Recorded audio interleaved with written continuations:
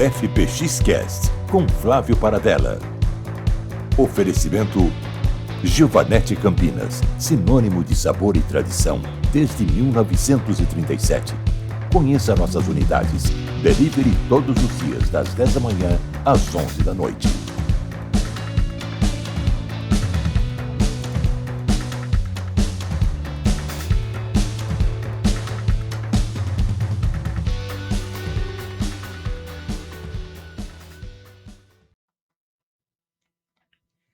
Olá, muito boa noite. Começando mais um FPX-Cast, de número 39, o último deste ano de 2025, e recebendo aqui nos estúdios do Thiago Duca, o Duca Estúdio Podcast, o César Massaioli, que é CEO da Portal, agência de comunicação, agência de publicidade em Campinas, uma das mais importantes do interior. E César, muito boa noite e muito obrigado por estar com a gente aqui no FPX-Cast número 39. Boa noite, Flávio. Prazer estar aqui com você. Você sabe que você chamou, é uma ordem, né, Flávio? Estamos aqui, poxa. Prazerzaço estar aqui no seu 39º programa. E vamos bater muito papo, né? Trajetória, a carreira do César, uma carreira vinculada, uma carreira de uma agência de publicidade que nasceu como uma gráfica, com o pai dele, o Guilherme, saudoso Guilherme Massaioli, e que tem também uma história espetacular. E, obviamente, contando bastante, e a gente aqui tentando traçar situações futuras de como está esse momento na comunicação, como toda a comunicação, publicidade e marketing, mas como será daqui a um tempo, porque as coisas estão mudando rapidamente. Mas antes disso, fazer também uma propaganda aqui. Ótimo. Pessoal que ajuda demais aqui ao FPX-Cast, agradecendo demais o Giovanetti Campinas, sinônimo de sabor e tradição, desde 1937, @giovanetti.campinas no Instagram ou o site giovanetti.com.br. Também com a gente o Leandro Garcês Advogados, @LeandroGarcês Advogados, tudo isso no Instagram, gente. Banca do Rock, tem camisa do Iron Maiden, há 2 semanas foi fantástico, viu? @Banca do Rock Campinas, Clube Cultura, @Clube Cultura Oficial, e a barbearia Capita do amigo Guilherme, @Capita Barber, também no Instagram. Agradecendo também quem está entrando pela primeira vez, sempre lembrando, está entrando pela primeira vez aqui com a gente, se inscreve no canal, dá joinha, dá aquele like maravilhoso e também distribui esse link no WhatsApp. Quem está com a gente de novo, muito obrigado mais uma vez, que vocês fazem aqui o canal crescer demais. Lembrando, estamos também no X, o antigo Twitter, temos o Facebook, TikTok e também o Instagram no @FPXcast. Supervisão técnica do Estúdio Podcast dele hoje, sem o Padawan, é um Lord Sith, Thiago Duca aqui com a gente, realização FPX Comunica e a apresentação de Flávio Paradella, que sou eu. Então vamos, nossa conversa com o CEO da Portal, agência de publicidade, César Massaioli, uma das maiores agências do interior aqui do estado, que vai contar pra gente essa trajetória da empresa, essa carreira espetacular que tem aí na publicidade, com vários prêmios, mas não precisa nem ter tanto prêmio assim, que a gente sabe dessa importância e dessa expertise que a Portal tem. E, claro, vamos bater um papo sobre o cenário atual da comunicação, que está cada vez mais difícil. César, mais uma vez, boa noite. Muito obrigado por estar com a gente aqui no FPX-Cast. Boa noite, Flávio. Boa noite. Prazerzão. Então, vamos lá. Vamos falar dessa carreira que você estava lá cresceu dentro, né? Cresceu dentro de uma agência de publicidade. Totalmente, Flávio. Eu acho que você comentou aqui, né, para os nossos ouvintes, eu venho de uma família empreendedora da área de comunicação. Meu pai, quando muito jovem, foi trabalhar com os irmãos dele tinham uma gráfica, então meu pai com 18 anos entrou nessa gráfica e começou a desenvolver um estúdio. Então dentro desse estúdio ele fazia as artes, ele fazia fotografia, ele fazia muito, era uma gráfica mais focada em embalagens e alguns materiais gráficos. E diz ele que lá no começo dos anos 70, vários clientes vieram procurar ele. Pô, Guilherme, você já faz isso, já faz aquilo, já faz a foto, já faz a embalagem, por que você não monta uma agência e cuida dos anúncios também? E os anúncios, naquela época, significava revista técnica, jornal, alguma coisa impressa ali, né? Porque a gente não tinha ainda, em Campinas, recebido televisão, né? Você tinha rádio, alguma coisa, mas você não tinha nada de televisão. A IPTV chegou 6 anos depois. E aí diz ele que estudou, olhou o modelo e em 73 ele resolveu abrir a Portal. Então ele fica um pé ainda lá no estúdio da gráfica, mas ele abre a Portal e começa a desenvolver a Portal. até que depois ele sai de vez da gráfica e toca essa trajetória aí. Então a gente completou 50 anos o ano passado, né? Estamos aí já indo para o 52 já para o ano que vem. Pensando nesse início do Guilherme, que tinha um apelido espetacular, estrondoso, né? O Trovão. Meio autodidata, né? Ah, com certeza, com certeza. Ele foi estudar. Eu acho que meu pai era um cara iluminado, realmente, assim, um cara que muito criativo, muito empreendedor, com muita vontade de vencer. E ele colocava assim, um cara muito família também, né, que deu uma base super legal pra gente. Porque na época eu entendo que ele teve que tomar uma decisão muito difícil, realmente. A gráfica era muito expressiva na época, quando ele deixou a gráfica era grande. Apesar dele ter a sociedade com os irmãos dele, era aquele negócio, né, Flávio? Naquela época, o pessoal não tinha tanta gestão, tão estrutura. Então, as empresas eram mais briga de família do que qualquer outra coisa. Naquela época. Mas acho que hoje a gente tem mais elementos para tomar melhores decisões, né? Eu diria que naquela época talvez o pessoal não tivesse tanto e eles foram dando certo, uma família bem humilde, né? Que meu avô veio para o Brasil junto com meu bisavô, aquela situação toda, como vários imigrantes vieram da Itália, passando necessidade lá, passando fome, então resolveram vir para o Brasil, tentar a vida, trabalhando em fazendas, E meu avô teve 9 filhos e meu pai é o 9º filho, então aquela força toda de se juntar para trabalhar junto e tal, e eles foram bem-sucedidos e começaram a ganhar dinheiro. Só que numa dessas as coisas vão se degringolando, né? Por dinheiro, por poder, por dentro da organização. E aquilo estava meio insustentável. Meu pai, conhecendo bem do jeito que eu conhecia ele, acho que meu pai nunca gostou de cuidar de dinheiro. Sempre, na vida inteira dele, quem cuidava de dinheiro era minha mãe em casa. Então ele nunca foi apegado a essas coisas e isso fazia muito mal para ele. E aí, quando ele toma a decisão de sair da gráfica para montar uma agência, quer dizer, deixar um negócio consolidado, ele sempre deixou muito claro pra gente que a preocupação dele era com nós, filhos, né? Porque ele ia falar, puta negócio que meu pai fez, né? Largou por vaidade ou por qualquer outro motivo, largou um negócio consolidado para se aventurar numa tal de agência de propaganda que naquela época não existia estruturado em Campinas, não existia no interior do Brasil, né? Não, porque se é no interior de São Paulo, consequentemente é no interior do Brasil. Então não tinha nada estruturado. Então o que motivou muito ele, o que encorajou ele a não desistir e ter uma resiliência tremenda era esse desafio que ele se colocou de, poxa, não posso deixar meus filhos agora em desigualdade aos primos, a tudo, então eu tenho que fazer isso aqui dar certo. E assim nasce a Portal, uma agência que tinha que dar certo, tinha que funcionar e foi. Então acho que esse espírito, esse legado que ele deixa ali pra gente é esse. A gente continua nessa batalha. Temos que dar certo. E ela se confunde também nesse momento de transição na comunicação, quando essa comunicação também se espalha pelo interior, mas também um crescimento da própria cidade de Campinas, né? Que ela deixa de ser... Ok, a gente ainda não tem aquele pensamento provinciano, que existe muito ainda na cidade de Campinas, mas ela cresce porque ela é polo de educação, polo de industrial, polo, tem um aeronáutico, e assim vai tantos polos. E ela cresce de uma maneira exponencial daqueles anos 70 para 80, 90, absurdamente. Sem dúvida. Ela deixa para trás capitais. Sem dúvida. E continua crescendo, isso, né, Flávio? Né? Você vê esse momento que nós estamos vivendo agora aqui, poxa, essa explosão de mercado imobiliário que a gente está tendo na cidade e todas as pesquisas que a gente vê e todos os cenários que a gente avalia junto com os nossos clientes, que a gente tem um braço hoje de mercado imobiliário, que mostra exatamente isso que você falou. Campinas é uma metrópole pronta para receber, né? São Paulo, a gente sabe como está super saturado, e Campinas, em paralelo ou em solução para isso, é uma cidade pronta.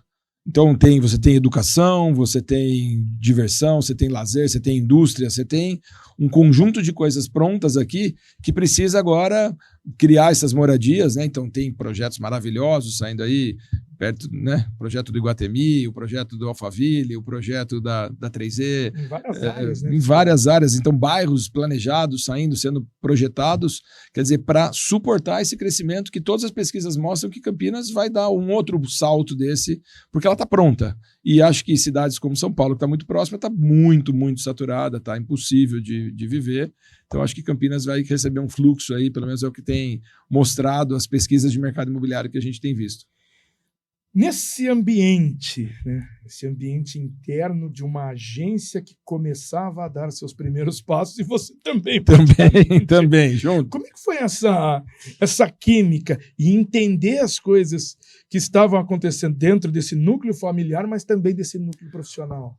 Flávio, acho que é muito interessante, que às vezes fica até complicado para quem não é do nosso meio entender o que era uma agência nos anos 70. Porque, assim, não tem absolutamente nada do que a gente faz hoje, a não ser a parte da criatividade, Mas, assim, a criação era totalmente manual, então eram artistas que faziam a coisa realmente na mão, no lápis, no aerógrafo, na letra 7. Então não tinha nada que pudesse ajudá-lo. Quando dava, ele tinha uma produção fotográfica para apoiar no layout. Dá então, um choque geracional. Imagina que ele quisesse colocar uma caneca dessa numa produção, às vezes ele conseguia fotografar, revelar, colocar num layout, mas era raro isso nos anos 70. Isso foi mais frequente nos anos 80 e depois com o computador. Então, assim, você acompanhar e apesar de estar com 53 anos, eu tive a oportunidade de trabalhar numa agência que quem foi da minha geração não teve essa oportunidade, só aqueles que o pai realmente era dono da agência, porque não era normal eu com 10 anos estar dentro da agência e brincar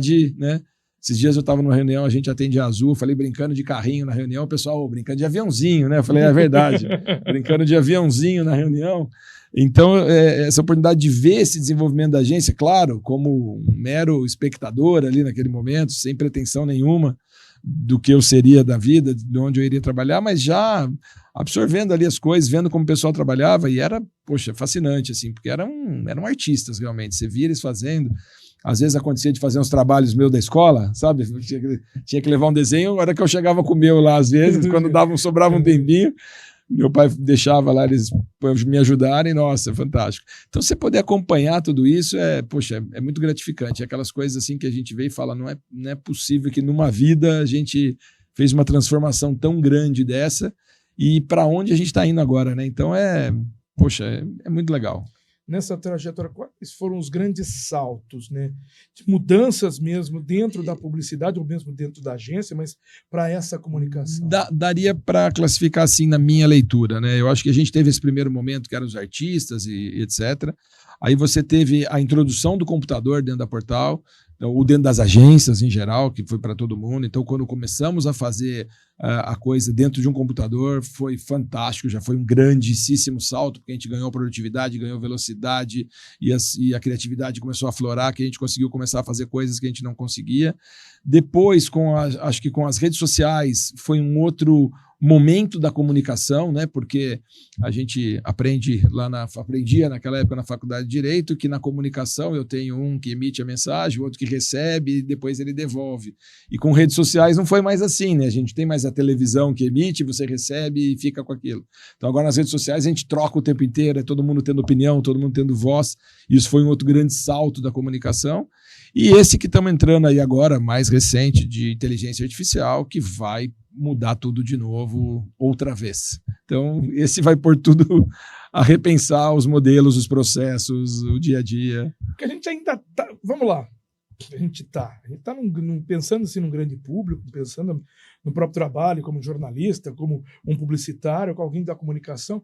A gente não consegue entender muito bem essa troca, né, essa interação instantânea de uma rede social. E agora a gente já está indo para um outro salto numa evolução da comunicação e também de produtividade, que é a inteligência artificial, que, vamos lá, há 2 anos a gente nem falava disso. Pois é. E, de repente, é impossível que você não tenha como... Gente, você está trabalhando e você não utiliza, você já está passado, você já está ultrapassado, você está ficando para trás. Ela traz muita possibilidade, né? Inteligência artificial não é uma coisa nova. Eu acho que novo foi esses últimos 2 anos, com a linguagem mais humana, com a linguagem mais próxima, onde eles acertaram isso que assustou todo mundo, né? Você conversar com uma máquina, ela te responder como um humano, e você fala, meu Deus. Eu tenho lido bastante, eu tenho estudado bastante. A gente não pode deixar de lembrar ou não pode esquecer que a inteligência artificial é um algoritmo, então alguém programou aquilo. Você tem as inteligências regenerativas que vão aprendendo, etc., e ela vai melhorando realmente. Então, assim, o que se tem até agora, e talvez o que gere conforto a gente pensar, e que grandes players estão colocando, é que a inteligência artificial é um copiloto, é um assessor.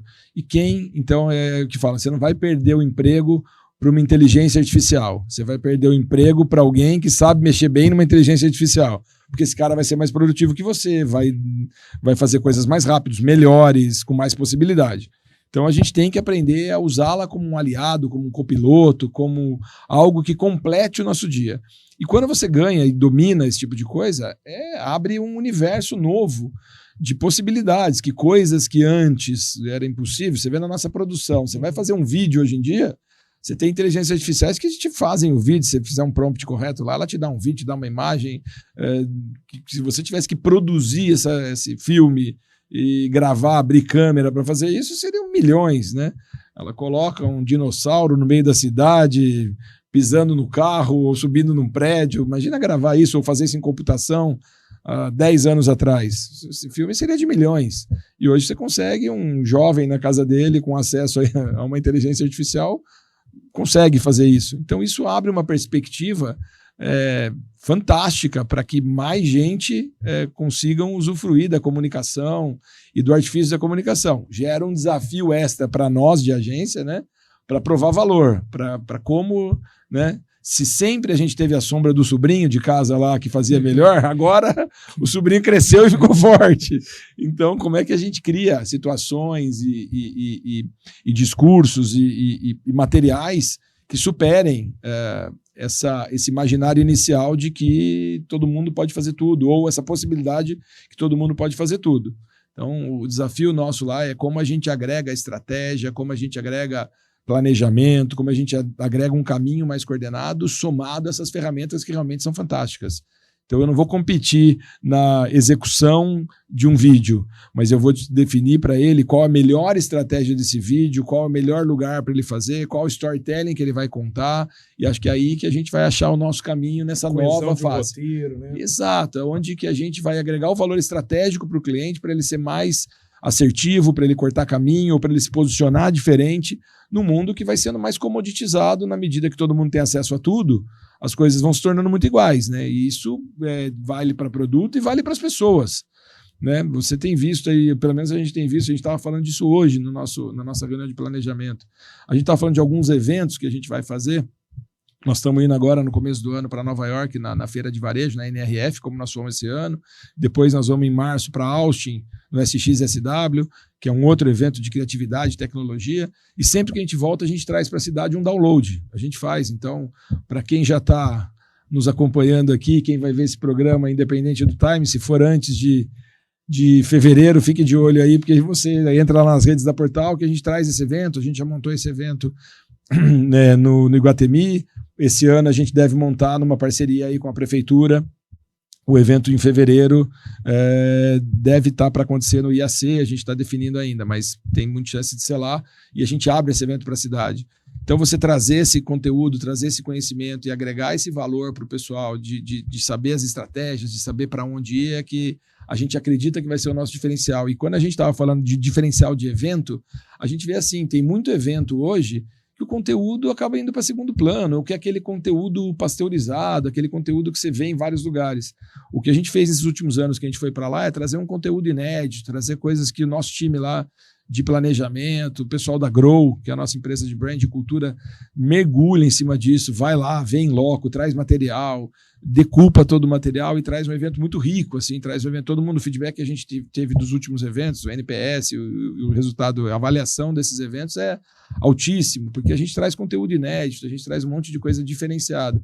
Então, tanto essa pasteurização acontece com os produtos, com as empresas. Então, acho que achar meios de diferenciação, achar meios estratégicos de diferenciar vai ser o caminho para a gente aí que está no mercado da comunicação. Vamos lá, essa é uma pergunta de, acho que $1 milhão pela inflação já não vale tanto assim. Mas é que eu sou um pouco mais antigo também, né? Então ainda valia, mas seria bom $1 milhãozinho que não reclamava. Não. Mas hoje, a comunicação que nós temos streaming, streaming seja por vídeo, seja por áudio, temos a comunicação de redes sociais, Continuamos a ter as grandes mídias, as mídias tradicionais. E a gente está bombardeado por comunicação.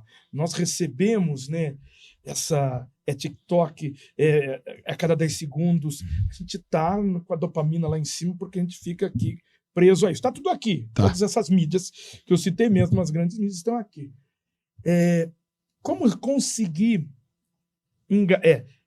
atingir aquela pessoa que você quer com determinada publicidade e assim, agora a palavra, engajá-la com essa publicidade. Como você acertar? Eu sei que receita do bolo, se fosse fácil... O que eu falo, Flávio, assim, nem sempre a gente consegue fazer, porque para que isso aconteça, eu acho que tem que ter uma união aí do cliente, da agência, do veículo, e todo mundo está imbuído do mesmo espírito. Mas o que a gente tem visto que dá muito certo é quando a gente não vira uma intromissão. Quando a gente não vira um obstáculo dentro daquilo que ele está fazendo. Quando a gente entra como um conteúdo, como a gente entra com um conteúdo relevante, quando a marca entra participando da conversa, eu acho que é muito mais fácil dela engajar. Quando a gente vira uma interrupção, e aí, agora você estava falando dos streamings. Os streamings de vídeo estão começando a introduzir propaganda. Eu ia citar isso agora. Você falou de intromissão, tá um saco. Isso, por quê? Principalmente para quem acostumou que não tinha pagar e não ter acesso, mas a gente tem que lembrar que tem que alguém financiar essa história. Sim, perfeito. Então alguém tem que pagar a conta e a história não tem almoço grátis. Então, se você não quer pagar para ter assinatura do streaming, alguém vai pagar para você. Quem é? É a propaganda. A propaganda paga para você, mas daí ela vai entrar. A nossa tese é que ela não precisa ser chata, ela não precisa ser... E olha que é um desafio grande, né? Porque você está no meio de um filme lá, na hora mais legal, para e entra um comercial. Esse comercial já foi um intruso. Você já não queria ele. E aí, se ele trouxer um conteúdo comoditizado, um conteúdo... Se não for nada que te chamar atenção por outro lado, fala assim, peraí, me interromperam. Mas já que interromperam, o que ele está falando? O que é isso? Que legal, não tinha visto sobre... Se ele não trouxer um conteúdo relevante, que agregue para você, aí... E eu tive esses dias numa faculdade falando disso, e é incrível como a nossa geração, a gente que está há mais tempo aqui, percebe a propaganda sendo financiadora disso. Para os mais jovens, ela ele não enxerga, mas que absurdo. Cara, mas ela que está patrocinando isso para você. Ele não tem essa ligação. Aqui no YouTube, o modelo, eu acho que funciona bem. Eu nunca me senti assim, atingido pelo modelo, sabendo. Ele é um baita de um serviço que deve custar uma nota, obviamente, que o Google está ganhando muito para manter isso vivo, mas é isso. A propaganda está ajudando, está financiando tudo isso para todo mundo criar conteúdo. Agora, mas repara, Flávio, você falou uma coisa fantástica. Mas a Disney errou a mão. É que o YouTube seguiu o caminho contrário. O YouTube começou fazendo com propaganda e depois lançou o Prime. O stream lançou o pago e agora pôs a propaganda. Então a propaganda virou um absurdo ali no meio, porque você tava numa praia acostumado que não teria aquilo e de repente aparece uma propaganda ali, você fala, meu Deus, o que é isso? Só que você não lembra que você está pagando menos, ou que você está deixando de pagar, ou que você está pagando uma mensalidade pequena para justamente a propaganda financiar o resto. Agora o YouTube, como foi assim desde o começo, você já estava acostumado, queria aqueles 5 segundos ali, depois eu pulo, vai aparecer uma propaganda no meio e depois ele entrou com a versão paga dele para você tirar a propaganda. Então, só de o caminho ser diferente, já muda a percepção. Então a percepção hoje do streaming é que a propaganda é um vilão, mas não é. A hora que começar a realizar que você vai ter acesso a isso e quem está te bancando isso é aquele comercial, e as agências e os clientes perceberem que ele já é um intruso ali, então ele não tem que chegar sendo mais intrometido ainda e compor com o contexto. E acho que aí a gente tem a personalização, e aí a gente tem a possibilidade de endereçar aquela mensagem para o público certo, para a audiência certa, com conteúdo certo. Acho que a hora que casa tudo isso, essa interrupção fica menos dolorida e a chance da aceitação e do engajamento é maior. Pelo menos é a tese que a gente acredita. Mas não é fácil. Não, nem um pouco. É que vi um episódio que está lá 47 minutos, durou 1h30. Entrou demais. Entendo. Tem que entrar mesmo, tem que pagar, tem que monetizar, tá falando. Mas 1h30. Exagerou. Exagerou. E era sempre a mesma. Hein? Aí, você vê. Aí machuca. Vai se adaptando. Exato. Essas coisas vão se adaptar. Mas, no começo. Mas é o que eu falava, exatamente. Estamos no começo de uma era, estamos no começo de uma jornada, isso tudo vai entrar num eixo, isso tudo vai acomodando. Acho que esses períodos de transição, eles são assim mesmo. Quer dizer, a hora que o pessoal acostumar com o streaming, com comunicação, e a comunicação aprender qual é o melhor jeito de fazer essa intromissão, tudo vai melhorar. Talvez sejam trechos mais curtos, talvez sejam mensagens mais adequadas, e tudo isso vai. Então, eu estava falando isso para os jovens. Quem está entrando nisso hoje? A mídia do streaming hoje, no Netflix, é uma mídia muito cara. Então, quem consegue entrar? São grandes anunciantes. Sim. Quem está ali? São jovens. Então, o cara entra, o grande anunciante, daí na estratégia dele lá de marca, tá, tem uma verba para isso. Então, ele acaba entrando nesses streamings e fazendo a interrupção. Quem está lá é um jovem. Muitas vezes o que ele está anunciando lá não interessa para esse público. Então, ele está anunciando um banco, um automóvel. O menino tem 18 anos, 17, ele não consegue comprar um carro, ele não vai comprar um carro. Mas faz sentido para a marca estar lá já marcando essa posição e criando relevância na cabeça dele, mas naquele momento é só uma interrupção mesmo. Então, a hora que essa comunicação do streaming conseguir ser mais acessível para marcas regionais, para marcas que estão mais no dia a dia dele, que for mais relevante para ele, essa dor diminui. Para a hora que ela conseguir entrar em formatos mais palatáveis e não 40 minutos num filme de 40, que você tem que ver o dobro para daí. E o episódio ainda é chato, cara. E toda hora a mesma propaganda. Então, acho que hoje está numa hiper exposição, mas isso tudo melhora com o tempo. Você vê que interessante esse papo de comunicação. Porque a gente pensa pelo nosso prisma, né? Claro. Então, estou aqui com meus 43 anos, então já vi muita tela quente, já vi muita novela na Globo, e tem um intervalo sossegado, tem aquele...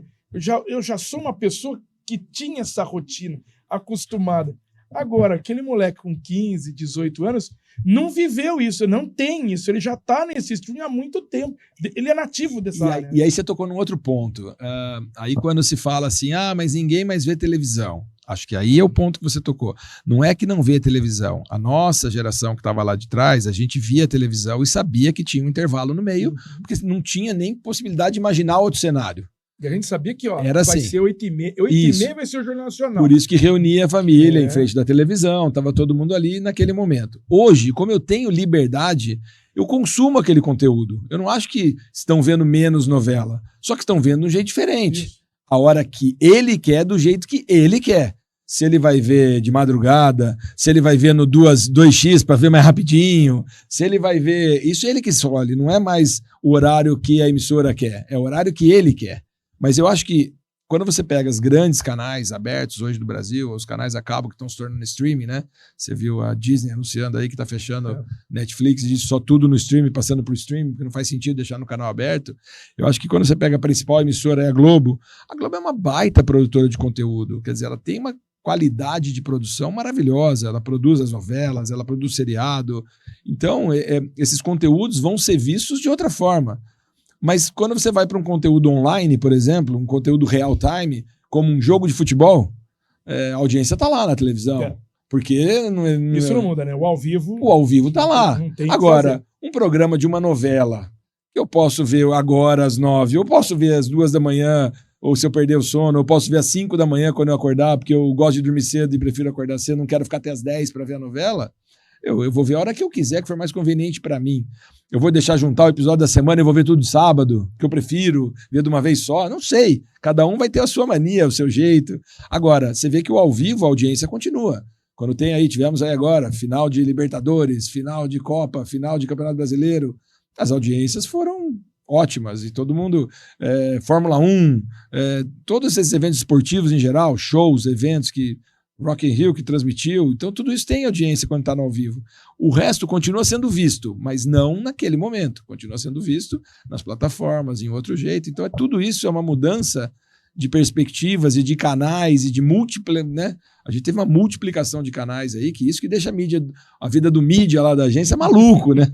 Como é que eu vou achar esse cara em que hora e eu tenho que falar com ele? Então sai lá numa jornada tentando achar esse cara, o momento certo de falar com ele e tal. Então esses desafios vai aumentando. Vai aumentando. Assim, em 50 anos de uma agência de publicidade, a gente tem mudanças muito drásticas e também, né, buscar essa mídia Exato. correta. Porque a gente vai colocar nos anos 70, 80 e 90, havia, sim, claro, uma monopolização Exato. da Rede Globo. Ali estavam, né, as grandes produções, o futebol passava, eram 1 ou 2 jogos, um jogo passava ou no sábado, na Bandeirantes, e domingo, ou nem isso, era um jogo apenas no final de semana. Acabou. E assim vai. Pra você Depois, ter ideia, quando eu há um tava, crescimento você está absurdo. falando dos anos 70, 80, quando eu estava na faculdade nos anos 90, a gente tinha lá na aula de mídia que era falada da mídia da mãe.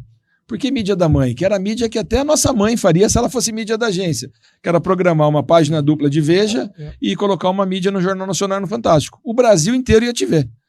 Não tenho dúvida. O Brasil inteiro ia te ver. Uma página dupla na Veja. Todos os formadores de opinião do Brasil iriam saber que você anunciou. Agora, hoje, isso é uma tarefa de muita pesquisa, de muita busca, de muita informação, mas, sabe, fracionou tudo. Então, você ainda continua tendo lá o Jornal Nacional, o Fantástico, que é ótimo, tem uma audiência maravilhosa, tudo certo. Mas tem muitas outras oportunidades que você também pode fazer essa mensagem chegar. E aí, tudo isso que a gente falou, mais influenciadores, mais outras coisas, mais eventos proprietários, que antes era mais difícil você fazer um evento proprietário. Hoje é mais fácil, você tem mais acesso, você tem mais recurso. Então, assim, o bonito, olhando o lado bonito dessa história é que, pô, é infinita as possibilidades que a gente tem. Infinito. Então, a gente pode criar, modelar, fazer. Por outro lado, é mais difícil. Ah, sim. E até pegando essa multiplataforma e tantas coisas que a gente já citou streaming, já citou aqui redes sociais. Você acabou de falar de buscar com influenciadores, né, para conseguir atingir esse público, passar essa mensagem de determinado cliente justamente para o público, para buscar, porque os caras estão lá naquele núcleo, naquela bolha, e você quer atingir justamente aquela bolha. Também por isso é que a Portal, que é aquela agência de publicidade, se tornou esse grupo. Exato. Composto Grow, Beat, Like Live. Exato. Flávio, tem que ser. A gente acredita muito nessa especialização. Então, em determinado momento da nossa história, a gente olhou e falou assim, poxa, não dá mais para estar tudo mesmo dentro do mesmo balaio. Quer dizer, aquele profissional de criação que fazia tudo, aquele profissional de planejamento que fazia tudo, aquele profissional de atendimento que fazia tudo, ele não consegue mais acompanhar o jogo inteiro. Assim como em outras áreas, não foi só na comunicação, né? Você vai na medicina. Hoje você tem o cara que é especializado no dedinho da mão esquerda, né? Então, assim, é isso. Acho que na comunicação não iria ser diferente. Então, a gente foi buscando essa especialização. Então, eu tenho especialistas hoje dentro... Você falou das empresas que fazem parte do nosso ecossistema, né? Então, a Grow é uma consultoria de brand e cultura, então faz projetos de cultura, de brand, etc. Você tem a Live, que é uma empresa de eventos, onde a Live faz o live marketing, então eventos, feiras, convenções, congressos, viagens de incentivo, então todo esse mundo de live marketing está na mão deles. A Beat, que é uma agência de marketing esportivo, então muito ligado ao universo do beach tênis, então organiza torneios, realiza campeonato, cuida de atleta e faz tudo isso. Você tem a Like, que é uma empresa de apresentações que a gente tem lá. Mas daí você olha para dentro da Portal, a gente também dividiu a Portal em quatro verticais de negócio, em quatro BUs, né? Em 4 unidades de negócio. Então eu tenho uma unidade de varejo, que eu tenho um time inteiro, é como se fosse uma mini agência dentro da agência que cuida, todo mundo ali só fala em varejo. Cuida de varejo, clientes de varejo, e aí a gente atende esse segmento. Daí você tem uma outra que é comunicação interna. Então, atendem clientes só de comunicação interna, o pessoal que tem... Então, eu tenho criativos focados em comunicação interna, eu tenho profissionais de atendimento que só fazem comunicação interna, porque tem que ter a linguagem, tem que saber, porque não dá mais para pegar um cara que é... Aí você tem uma outra que é de mercado imobiliário, então o pessoal que só atende lançamento e mercado imobiliário, eu dei até exemplo da pesquisa aí que a gente está acompanhando. Então, e você tem uma outra área mais recente ali que cuida da parte de saúde, né? Wellness, bem-estar, etc. Então, toda uma área de bem-estar que tem clientes ligados a esse universo. Então, quando você pega um cara de mercado imobiliário e você põe para criar um material de comunicação interna ou põe para segurar uma reunião de comunicação interna, é muito difícil, porque são universos muito diferentes, oportunidades muito diferentes. Então, se eu estou dentro do universo de wellness, eu posso falar com o médico, com o balconista, com o farmacêutico, eu tenho toda uma peculiaridade que é difícil para quem está fora desse universo enxergar todos esses canais, enxergar quem são os influenciadores desse canal, que caminho que eu vou percorrer nessa jornada para atingir melhor o meu público.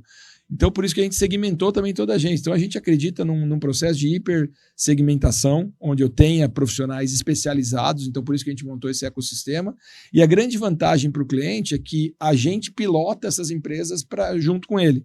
Então, agora que ele precisa de uma empresa de eventos, o briefing já está lá, eu mesmo ajudo ele a briefar. A hora que ele precisa de um projeto de brand para lançar uma marca nova, ou que ele precisa refazer a cultura dele, a gente já está lá e já faz esses projetos em parceria com a área especializada e com as empresas especializadas que a gente tem. Isso ganha velocidade, ganha assertividade, poupa trabalho de quem está lá pilotando no marketing, porque se ele tem 3, 4, 5 fornecedores, ele vai ter que fazer essa ponte entre um fornecedor e outro. Então, o que o cara lá do brand fez? Agora eu preciso pegar isso e passar para o cara da agência. E daí eu vou organizar um evento, eu preciso passar para o cara do evento. E aí eu vou fazer uma...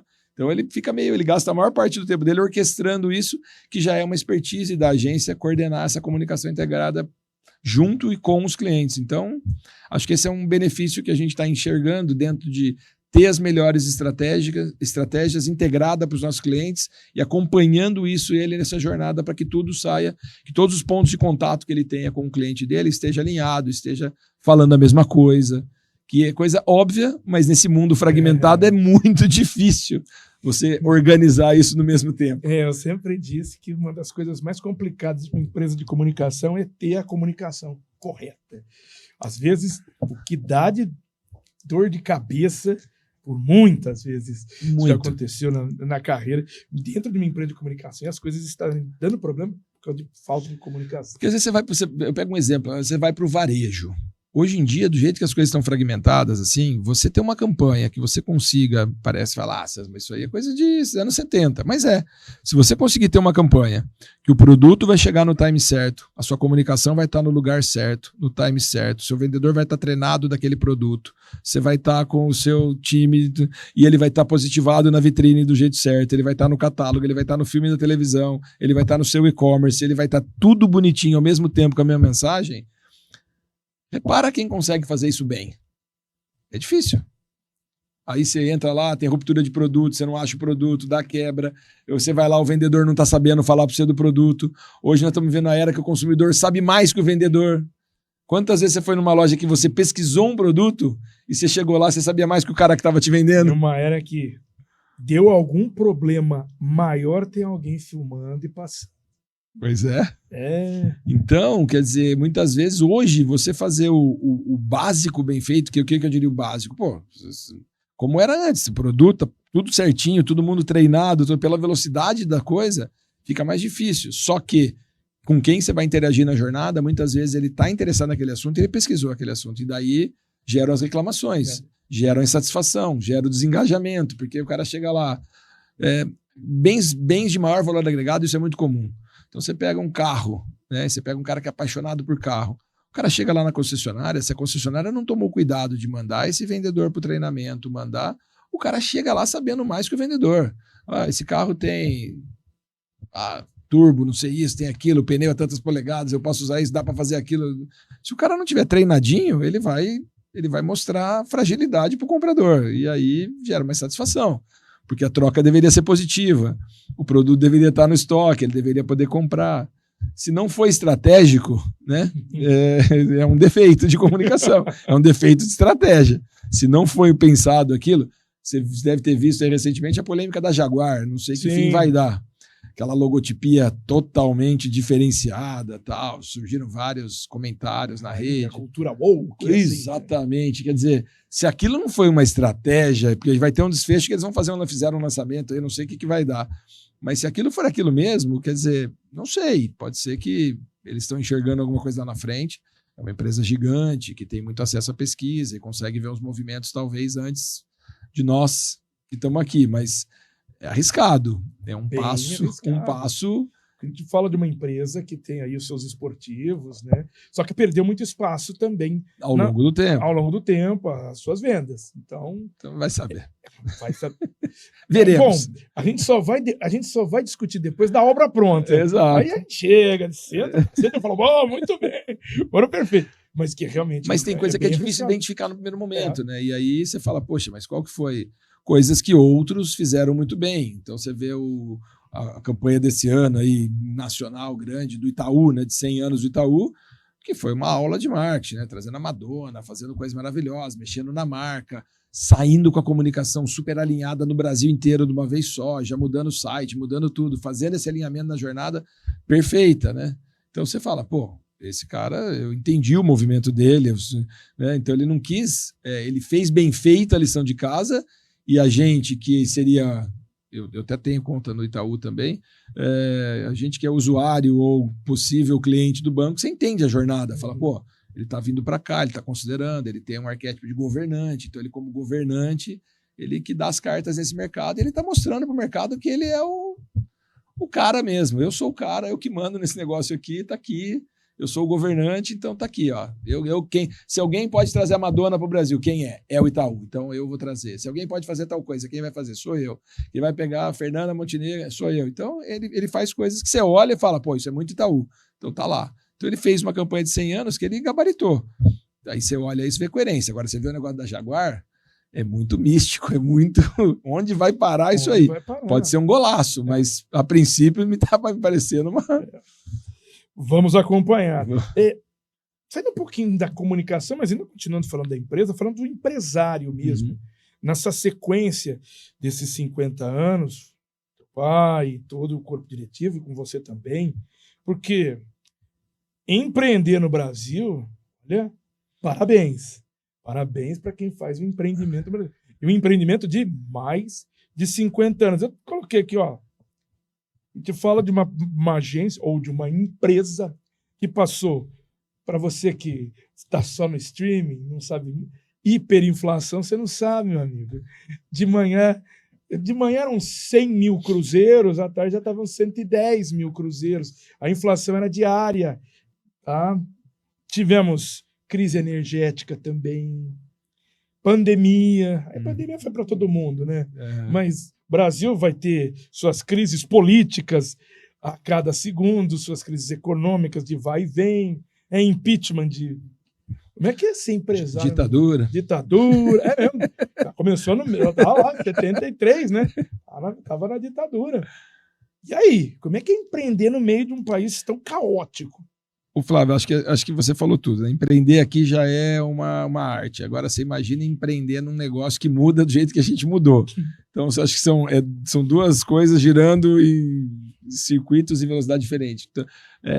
Então, é muito comum eu ouvir isso das pessoas, né? Poxa, uma agência ter 50 anos já é, né? Uma empresa ter 50 anos é difícil. Uma agência é quase surreal, porque é isso, né? Grandes mudanças do negócio e num país totalmente estável, né? Você estava falando de hiperinflação, para quem é mais novo e gosta, é só olhar a Argentina 2 anos atrás, né?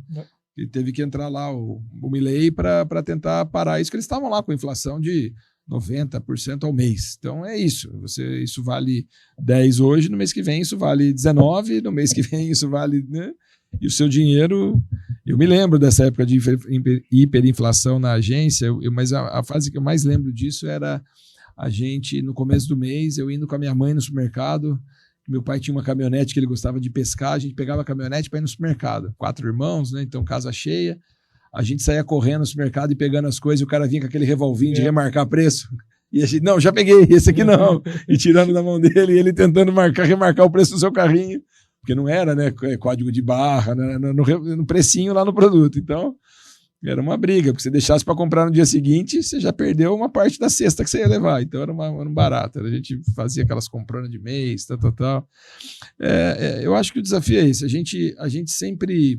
Acho que o nosso caminho, né, acho que não tem certo e errado nisso, mas o nosso caminho foi sempre tentar olhar para frente, tentar olhar para a oportunidade, independente do momento que a gente estava ali, a gente sempre estava tentando olhar um passinho para frente, qual que é o próximo passo, como que eu saio dessa, como que eu consigo construir. Então, acho que foi uma jornada que tem sido um legado aí de 50 anos, mas dando um passo por vez, sem fazer loucura, sem se endividar, acho que parte do sucesso disso é ter uma família muito unida em torno do negócio, que comprou a ideia. Então, primeira fase, meu pai sozinho, e meu pai, por ter tido problema com os irmãos, eu acho que treinou e mostrou pra gente que, poxa, dá para ser diferente. Acho que dinheiro não é tudo. Claro que a falta dele é complicada, mas, poxa, o dinheiro estando ali, acho que essa ganância, poxa, esse não vai levar a nada, né? A vida vai passar do mesmo jeito e tem valores e tem coisas que são muito mais importantes que isso.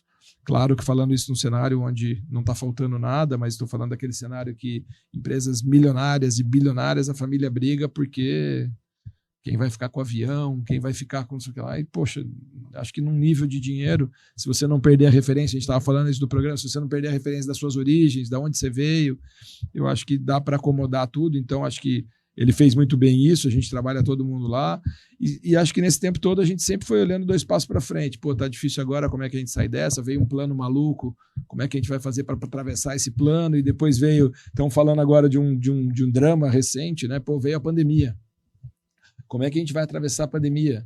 Então, quais foram as coisas que a gente fez? Olhando nossa cultura, olhando o nosso jeito, a primeira coisa que eu fiz foi reunir o time lá, toda a galera, e eu vendo agências, por exemplo, não critico e não julgo, cada um tem que tomar decisão, porque só você sabe o que você está passando ali.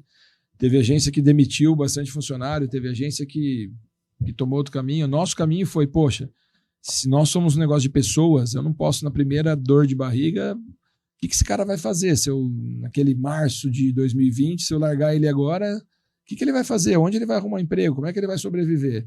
Então, criamos um grande pacto, todo mundo ali, ó, da minha parte, fui super transparente, falei, ó, eu não vou demitir ninguém. Vamos reduzir tudo que der, vamos reduzir salário, vamos aproveitar todos os incentivos, vamos trabalhar. Vamos olhar o próximo ano, depois a gente olha o outro ano, vamos um ano por vez, mas eu tenho certeza que se a gente ficar todo junto, quando passar tudo isso, a gente já vai estar forte para voltar. E foi exatamente o que aconteceu. Então, a gente passou a pandemia sem demitir nenhuma pessoa, nenhum colaborador. Passamos, difícil, apertou, mas o time todo entendeu. Então, todo mundo reduziu o salário, reduziu jornada, ficamos num núcleo ali fechado do nosso time. Mas quando retomou, nosso time estava pronto. E a gente dobra de tamanho em 3 anos depois da pandemia. Na pandemia, a gente cai 15%, no final cai uns 20%. Mas como a gente reduziu despesa e tal, a gente passa bem, e depois, quando retoma já em 21, de 21 a 24, a gente dobra de tamanho. Então, é muito legal você ver que, poxa, deu certo a estratégia de, num curto espaço de tempo aí de 3 anos, a decisão correta foi aquilo que você acredita, de preservar as pessoas, preservar os valores, não tomar nenhuma decisão que depois a gente fosse se arrepender. Mas é isso. Então, nessa jornada inteira, isso que eu narrei aqui em 3 anos, aconteceram vários 3 anos desses para trás na história inteira. Todas essas crises que você falou, nós passamos todas. Mas eu via meu pai tomar decisão, era sempre com valores, sempre pensando no todo, pensando no que aquilo vai passar e eu tenho que ter meios de continuar depois. Então, acho que esses micros momentos aí que a gente foi administrando e sempre sem grandes loucuras, nunca demos passo maior que a perna, sempre... Todo mundo, né? Ninguém sabe. Hoje a gente está num prédio bonito ali no Norte-Sul. Aquele prédio demorou 7 anos para ser construído. Por quê? Meu pai comprou o terreno, ele tinha um aluguel, ele comprou o terreno, falou, quero ter minha sede. Comprou o terreno, veio em plano Collor. 50 no banco. O que faz? O terreno está pago. Para a obra. Tinha começado a fazer a fundação. Para a obra. Aí continua a obra. Juntei mais um dinheiro. Vai. Subiu a parede, veio outro plano. Fecha a obra.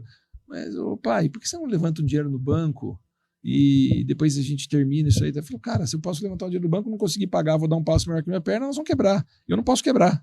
Eu tenho que estar aqui. Então vamos passo a passo. Então teve a resiliência de construir um prédio em 6 anos e meio. Foram para a gente, de quando começou a construir, até mudar foram 7 anos, mas de construção foram 6 anos e meio. E depois que ficou pronto também, teve mais um tempo para comprar os móveis, para comprar tudo. Então hoje quem vai lá fala, que legal, pô, um prédio desse para uma agência. Pois é, mas a história conta lá que eu estava junto nessa época já, foram 7 anos. Quem tem paciência para aguentar 7 anos? Vê os tombos, né? Ser lá apertado numa casinha com um estúdio em Souzas, dividindo equipe, sem tecnologia, mas é isso, ele nunca deu um passo maior que a perna. Então é coisa que a gente faz hoje, a gente sabe muito bem o nosso tamanho, a gente não sai gastando, a gente deixa o recurso na empresa para que quando vem uma dor de barriga ela consiga passar. Então eu acho que são estilos. Então a gente tem uma empresa que a gente considera que é a nossa fortaleza ali, onde a gente se encontra, onde a gente se conecta como família, como amigo, e a gente precisa fazer isso dar certo. Então a gente vai tentando viabilizar isso da melhor forma e o tempo vai passando. E aí nós já estamos nesses 52 anos aí. Sensacional. Quando você pega esse legado, né, César?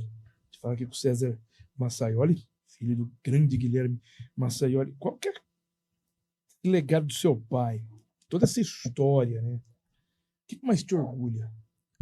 Eu tenho... Esse é um assunto até complicado, viu, Flávio? Se eu falar disso, eu até choro. Mas eu tenho orgulho de tudo do meu pai. Meu pai foi o meu melhor amigo, foi o cara que eu mais tive afinidade nessa vida, o cara que andava... Bom, eu converso com ele até hoje, cara. É difícil. Eu sei, não, mas esse é o carinho, né? É o amor. Mas é muito. Tudo que eu faço, assim, eu vejo que o tempo inteiro eu tô pensando como ele faria. Pô, o que ele faria agora? Como ele vai e tal. Então, meu pai é uma referência, assim, imensa na minha vida. Eu acho que boa parte do que eu faço é ainda para ter a admiração dele, para ter o aval dele. Mas eu me emociono porque, assim, meu pai foi um cara fantástico, assim, foi um cara amigo, um cara próximo, um cara que sempre nos acompanhou. Meu pai saía junto com meus amigos, meu pai me levava no campo, meu pai me levava para trabalhar, meu pai então, é um cara que me levava em reunião com 10 anos de idade. Não, vamos comigo, vem para cá, sempre juntos, sempre querendo, trabalhava muito, mas sempre muito próximo. Então, eu tento repetir o modelo com os meus filhos, eu tento repetir o modelo na minha empresa, eu tento repetir o modelo, porque eu acho que ele foi um cara muito à frente e sempre muito próximo. Então, para mim, ele é uma referência eterna, assim, enquanto eu estiver aqui nessa terra, aqui, eu vou procurar honrá-lo e seguir os exemplos que ele deixou. Parabéns, querido. Parabéns, que é isso. A gente volta naquele papo que a gente estava tendo até um pouquinho antes de iniciar aqui o podcast. Não esquecer das raízes. Uhum. O quão importante é isso. Não esquecer dos tombos que a gente levou. É isso. Não esquecer quem te ajudou.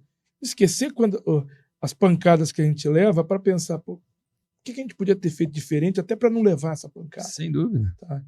Então, pô, e pensar nessas partes maravilhosas. É isso, né? Flávio. Eu acho que poxa, essa vida nós estamos todos aqui de passagem, né, cara? Acho que você fazer o bem, você ser correto, eu acho que isso, conforme vai passando o tempo, você vai vendo que é isso que vale, né? Ter amizades, E meu pai era muito isso, cara. Até hoje, eu vou em algum lugar, o cara fala, pô, o que você é do Guilherme? Sou filho. Pô, vem cá, vou contar uma história. Pô, de seu pai, tal. Então é só história boa, é só história engraçada, é só história que ele ajudou. Tinha as coisas dele do futebol lá, que ele era violento no futebol, né? Que ele gostava de dar uma pernada, chegava junto. Mas até hoje, as pessoas contam isso com alegria. Olha aqui meu tornozelo, poxa, que seu pai que fez em mim. Mas até a pernada que ele dava no futebol, as brigas que ele levava. Então, acho que assim, o que eu via muito nele, meu pai sempre foi muito amigo dos amigos. Quem era amigo dele, eu tenho 200 histórias assim de gente que vem falar comigo, fala, pô, estava em determinada situação, seu pai foi lá e seu pai chamou e me conectou e pá, me ajudou.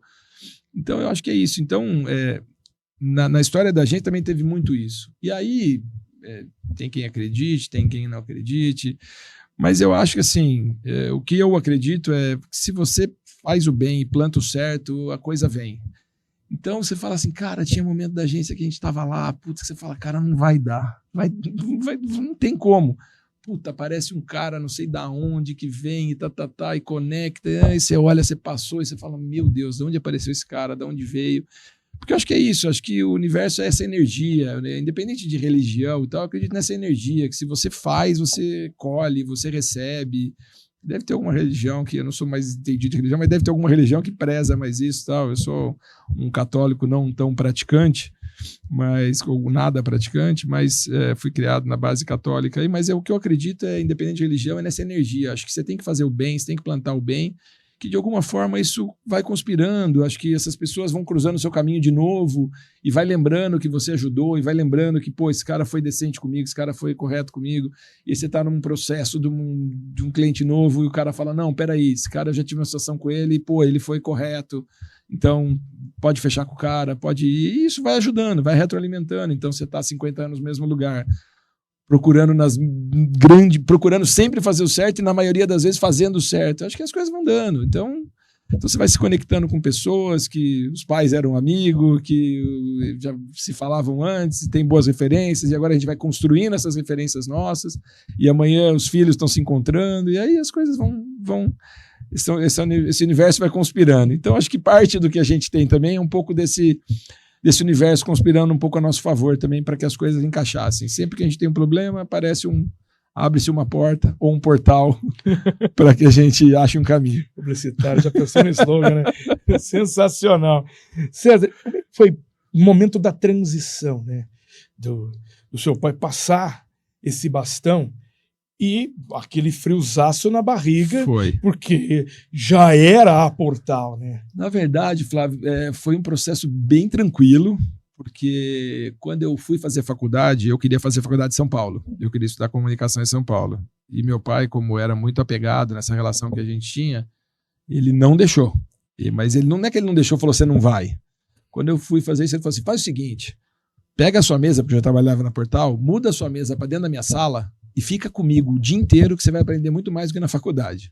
Fica aqui comigo. Todas as reuniões, tal, se eu for, você vai comigo. Eu falei, tá bom. E aí eu entrei na PUC aqui e comecei a trabalhar com ele direto. Eu trabalhava já, mas eu ficava mais com o pessoal da agência. Desde então, em 91, eu comecei a ficar junto com ele. E aí eu participava de todas as reuniões com ele, todas. Então ele ia no cliente, ele ia numa reunião, eu ia e ficava acompanhando ele. Aí, logo depois disso, dos 4 anos, eu comecei a sair da sala dele e comecei a atender meus próprios clientes, mas continuava indo nas reuniões principais com ele. Então, já sabia de tudo que ele fazia. Mas aí meu pai, fumava demais e ele começou a ter problemas de saúde. Então, ele teve um problema de próstata, no caso do cigarro. Ele já tinha o apelido dele de Trovão veio desde os 12, 13 anos de idade, porque ele já tinha aquela voz rouca. E fumando, ele teve problema nas cordas vocais e chegou um momento que ele não conseguia mais se comunicar direito, porque a voz dele, ele teve que fazer uma cirurgia nas cordas vocais e ele teve dificuldade em falar. Mas nessa ordem ele já tinha tido problema de próstata, ele já estava indo menos na agência e tal, então foi uma transição assim que eu fiquei uns 4 anos indo na agência, mas ele continuava indo presidente e tal. Até que a gente chamou uma consultoria e quando o consultor esteve lá, a gente falou, chegou numa reunião, ele falou assim, mas cadê o Guilherme? Não, ele nem vai, o César que fica e tal. Não, então a gente precisa mudar isso aqui, precisa assumir alguém. E daí ele chamou. Mas ele foi engraçado aquele dia, porque ele não falou que ele ia falar sobre esse assunto, ele mandou chamar a minha família inteira. Então vieram meus irmãos, minha mãe e tal, meu pai não participou da reunião, ele falou, tá acontecendo isso. Vocês precisam eleger alguém, porque se o Guilherme não tá vindo, alguém precisa ser o presidente. Aí quem vai ser, todo mundo, já meus irmãos, não, é o César, é ele aí, ó, é ele. Então, tá aqui a bucha. É sua, então, e daí eu resolvi assumir, daí nós fizemos uma transição formal, onde eu fui para a sala do meu pai, daí de novo, e ele veio para mim, e eu assumi e tal. Só que daí veio isso que você falou, frio na barriga, porque eu assumi em final de 2007 para 2008, final de 2008 para 2009. E 2008, 2009 e começo de 2010 foram, acho que, os 3 piores anos da agência. Lembra aquela crise do subprime americano? E nossos clientes eram 3M, International Paper, só que empresa americana. A marolinha, né? Nossa, cara. Quebrando tudo em 2008. Foi o período que nós tomamos mais prejuízo da história da Portal, foi naquele período. Porque, assim, a gente tinha verbas de cliente, eu lembro meu amigo Jimenez, que era o diretor da International Paper na época, que eu fui lá falar com ele. Eu lembro que em 2009, a gente fazia todo ano a campanha de volta às aulas, Chamex e tal. Eu lembro que em 2009 eu fui falar com ele, falei, tudo pronto a campanha e tal. Daí ele veio e falou assim, cara, Estados Unidos está uma lástima, a gente está tendo que mandar dinheiro para lá, esquece, tal. Eu falei assim, mas sei lá, nós tínhamos um budget de 10 milhões no ano anterior. Eu falei, tá, mas e aí? Quanto vai ser? Ele falou assim, cara, vai ser 0 e acho melhor você não vir mais falar comigo porque vai pegar mal. Aqui o pessoal veio conversando com você achando que eu tô querendo fazer alguma coisa. Eu falei, nossa senhora, e eu acabando de assumir a agência. E aí 3M congelando, os clientes, todo mundo congelando, verba parando. Tomamos um prejuízo gigantesco naquele 2009, tomamos um prejuízo em 2010, e aí em 2010 a gente começou, assim, num daqueles momentos que eu falei para você há pouco tempo atrás, nossa, e agora? Né? Eu acabei de assumir, vamos falar, que moleque imbecil, não, pega uma agência montada, tá em 2 anos ele quebrou a agência. Vai ser ruim assim, vai ser caneludo assim no inferno. Em 2 anos o cara conseguiu quebrar a agência. E a gente lá segura daqui, e daí... sei lá, em determinado momento de 2010, a gente começou, ganhei um cliente, causos da nossa... A gente foi numa concorrência na época de um produto para M. Martin, e o concorrente era uma linha que ela ia lançar. A M. Martin tinha uma agência, a gente foi para essa concorrência desse produto. Aí a gente apresentou toda a campanha para o produto e tal, saímos de lá, passou 1 semana, 2 semanas, ela liga para a gente, preciso falar com vocês. Falei, pô, então, a campanha que vocês apresentaram, tal, não vai fazer essa campanha, não vai fazer esse produto que a gente vai lançar, a gente escolheu outra. Então eu queria comunicar isso para você. Eu falei, puta, ferrou. Porém, a gente adorou o que você fez, a gente quer isso aqui para M. Martin, não para essa marca, a gente quer pra gente aqui, porque a gente achou muito legal isso que você fez, mas não vai ficar aqui, vai vir. E a gente vai para uma coisa e ganha outra. Então começou a acontecer um monte de coisa assim, do além, que começou a dar certo. E daí a gente foi, daí a gente restabeleceu em 2010, demoramos lá uns 4, 5 anos para pagar o buraco que ficou em 2009, 2008, mas conseguimos sempre lá pagando, crescemos, e daí organizou de novo. E daí você vem, então assim, esse frio na barriga foi pavoroso. Porque assim, né? Segunda geração tem esse problema, né? Se você erra, você vai falar, burro, tá. Se você acerta, vai falar, também, pegando do que ele pegou, até eu acerto. Até eu faria. Então o seu mérito é menor, já de cara. Mas quase, eu bati na trave, quase que eu gabarito no primeiro ano e já levo tudo pro buraco. César, conselhos para a nova geração. Cara, eu tenho 3 filhos, né? Mas eu tenho 2 que estão bem nessa época aí de entrar no mercado de trabalho. O Rodrigo, meu mais velho, tem 22, o Giovanni, meu do meio, tem 21, e eu tenho uma pequenininha que fez aniversário agora de 13, que não é tão pequenininha mais. O que eu procuro falar para eles, acho que são tudo que nós falamos aqui, eu acho que eu sou, do jeito que eu falei aqui, eu falo com eles. Eu acho que primeiro é fazer o bem, eu acho que primeiro é procurar seguir um caminho do bem, o caminho correto, independente de qualquer coisa, de profissão e tal, é fazer o que é certo. Acho que fazer o que é certo é o primeiro ponto. Com relação a caindo no mercado de trabalho, né, os meus estão começando, os conselhos que eu procurei dar para eles agora foi o seguinte, cara, vocês estão entrando no mercado de trabalho. Claro que o híbrido, trabalhar à distância é legal, é bom, mas vai para o escritório, fala com os caras que têm experiência, cola no seu chefe, cola no seu diretor, cola no seu gerente, porque assim, você entra numa reunião online, você vai aprender, legal, mas o pós-reunião você vai aprender mais ainda, você vai poder olhar na cara dele e falar assim, por que você tomou aquela decisão? Por que você falou isso e não aquilo? E entender o porquê que ele falou.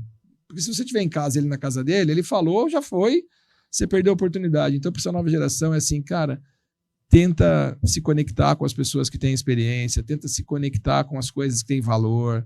Eu acho que assim, essa geração desperdiça muito tempo com coisas que realmente não levam a muito lugar. Agora, eu não sou daqueles caras pessimistas com as gerações que estão vindo. Eu acho que esses caras são muito mais capazes de fazer 300 coisas ao mesmo tempo, de conseguir prestar atenção em mais coisas. Há quem diga que não é bem assim, mas eu vendo, eu acho que essa geração, vejo lá na agência que a gente tem bastante jovens também, às vezes você dá uma tarefa para um cara e dá uma tarefa para esse jovem, ele dá um jeito, ele vai conectar uma inteligência artificial com tal coisa, e ele vai lá e traz a solução para você. Então, eu acho que o jovem tem que estar super antenado, tem que ter... E o principal que eu acho de tudo, ter vontade. Eu acho que com vontade, se juntar a vontade com um cara com a capacidade que esses jovens têm, eu acho que é imbatível. Então, tá afim, ter vontade, vai para cima que o futuro tá aí. Acho que nem só para o jovem em si, mas é uma situação da nossa sociedade agora. Essa falta, neste momento, de uma relação interpessoal, porque a gente está cada vez mais comunicativo. A gente está conversando com a Coreia, a gente está conversando com o México, a gente está conversando com a amiga. Isolado, né? Mas isolado, né? Exato. Mas em casa. Bom, você vê o número de casos que a gente está tendo de ansiedade, depressão, porque acho que essa vai ser o mal dos próximos anos aí, porque é isso, o cara está conectado com todo mundo, mas ao mesmo tempo ele está dentro de um quarto, ele está fechado. No SXSW do ano passado, teve um cara que trouxe uma fala muito legal, assim, profunda, mas legal. Ele falava assim, na nossa época, a preocupação das mães é quando os filhos saíam do quarto e iam para a rua e podia ter um acidente de carro, e podia se envolver numa briga, e podia não voltar por alguma razão dessa. Hoje a preocupação da mãe é quando o filho se tranca no quarto e não sai do quarto, e ele fica lá trancado e num universo que ela não domina, podendo ser assediado, atacado, e se viver muito tempo nesse mundo depressivo e com problema. Então, acho que assim, cara, relações, pessoas, a gente nasceu para se relacionar. Lembra que na pandemia tinha aquelas teorias, nunca mais a gente vai ver um evento, nunca mais a gente vai ver tal coisa. Tinha os filósofos que... Erramos muitas coisas. Porque, cara, o ser humano nasceu para se conectar, nasceu para ver gente, a gente nasceu para abraçar, a gente nasceu para olhar, a gente nasceu para dar risada. Então, o ser humano precisa dessa conexão. Então, acho que... O ser humano é um ser social. Muito ponto. E aí, acho que assim, se não usar bem essas ferramentas, se não usar como seu copiloto para você... Eu cheguei aqui usando ela, eu pus um GPS, eu me conectei com o cliente chegando aqui, então ela me dá liberdade, eu consigo trabalhar algum período fora do Brasil, fora do escritório. Tem muita coisa boa, mas se você faz disso uma exceção e fica lá trancado, isolado, isso vai te fazer mal. Então, refém, né? Acho que a vida tá aí e o mundo existe há tanto tempo que os extremos eu sou contra os extremos. Eu acho que, poxa, tanto para cá quanto para lá, tudo que é exagero, tudo que é extremo, eu procuro cortar da minha vida. Acho que você viver no bom senso, no meio do caminho ali, nem lá nem cá, acho que dá mais certo. Então, acho que se vale para mim, pode valer para os outros. Acho que mas tem gente que dá certo nos extremos, quer dizer, não tem, eu acho que o barato é esse, não tem certo e errado, tem o que funciona para você e o que não funciona para você.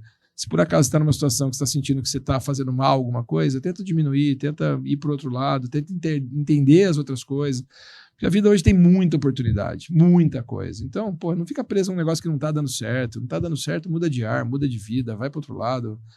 Hoje você pode mudar de cidade, de país, de endereço, você tem um mundo para explorar e você tem oportunidades de conseguir alcançar esses objetivos de formas que na nossa época não era tão possível. Então, se você olhar por esse lado aí, acho que é muito ganho.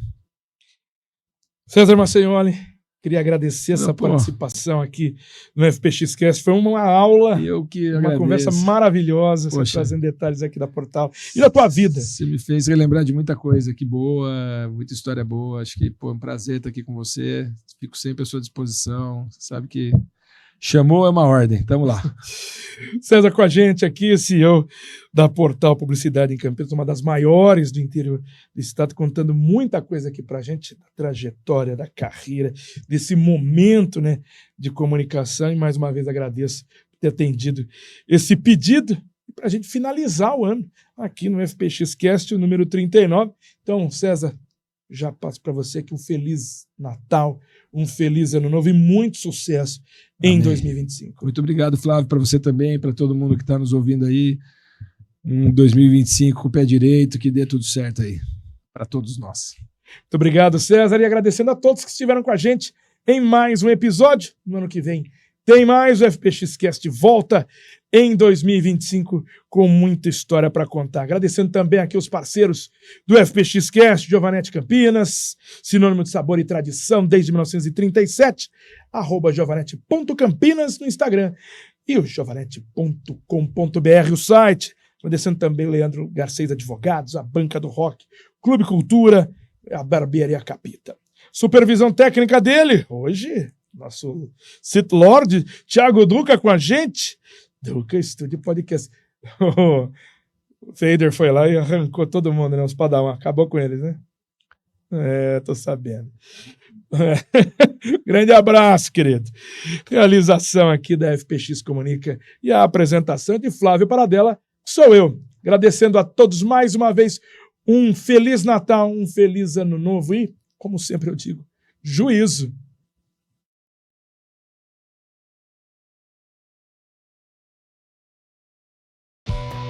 FPXcast, com Flávio Paradella. Oferecimento Giovanetti Campinas, sinônimo de sabor e tradição desde 1937. Conheça nossas unidades. Delivery todos os dias, das 10 da manhã às 11 da noite.